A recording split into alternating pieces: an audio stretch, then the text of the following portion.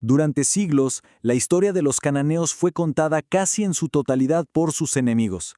A ver, imaginemos un juicio en el que solo escuchamos a la parte que acusa. Pues el veredicto parece bastante obvio, ¿no? Pero, ¿qué pasa cuando, después de 3000 años, la defensa por fin puede presentar sus pruebas? En este análisis vamos a desempolvar justo esas pruebas, desenterradas de las arenas del tiempo.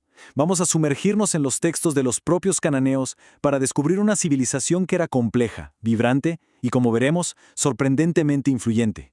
Y esta pregunta lo cambia absolutamente todo. Por muchísimo tiempo, los cananeos fueron solo el telón de fondo de otras historias, un pueblo que parecía destinado a desaparecer. Pero a partir del siglo XX, la arqueología empezó literalmente a darles voz. El descubrimiento de sus ciudades perdidas, de sus palacios y, lo más importante, de sus bibliotecas llenas de tablillas de arcilla, nos obliga a cuestionar la narrativa que siempre hemos escuchado y a prepararnos para una historia completamente diferente. Bueno, antes de poder entender quiénes fueron en realidad, primero tenemos que desmontar la imagen que se construyó de ellos. La idea de un imperio malvado y unificado es una simplificación que la evidencia arqueológica ya ha demostrado que no es correcta. La realidad histórica es mucho más fragmentada, más dinámica y, sinceramente, mucho más interesante. Lo que vemos en la arqueología no es un imperio, sino un mosaico de culturas. Canaán era más bien un término geográfico, no una entidad política unificada. O sea, un habitante de Tiro era antes que nada Tirio, y su mayor rival podía ser su vecino de Sidón. Estas ciudades-estado eran centros de comercio supercosmopolitas.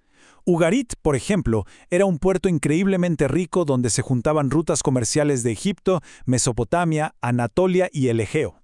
Tiro y Sidón, que más tarde conoceríamos como Fenicias, se harían famosas por su tinte púrpura y su vidrio. Competían sin piedad por el control de las rutas del cedro del Líbano y los metales de Chipre.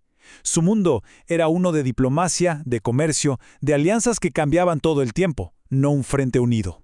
Y nuestro portal a este mundo perdido se abrió, como muchas veces pasa en la arqueología, por pura casualidad. Un evento totalmente fortuito en la costa de lo que hoy es Siria nos dio la clave para descifrar no solo su idioma y sus mitos, sino el pulso mismo de su cultura. Por fin, pudimos leer sus pensamientos en sus propias palabras. Para entender a las ciudades cananeas, es clave entender su posición geográfica tan precaria. Estaban literalmente atrapadas entre las dos superpotencias de la Edad del Bronce tardío. Al sur, el poderoso nuevo reino de Egipto, que veía a Canaán como su patio trasero estratégico y una fuente vital de tributos: madera, vino, aceite. Al norte, desde Anatolia, el imperio hitita, una potencia militar tremenda que quería expandirse hacia el sur. Las ciudades cananeas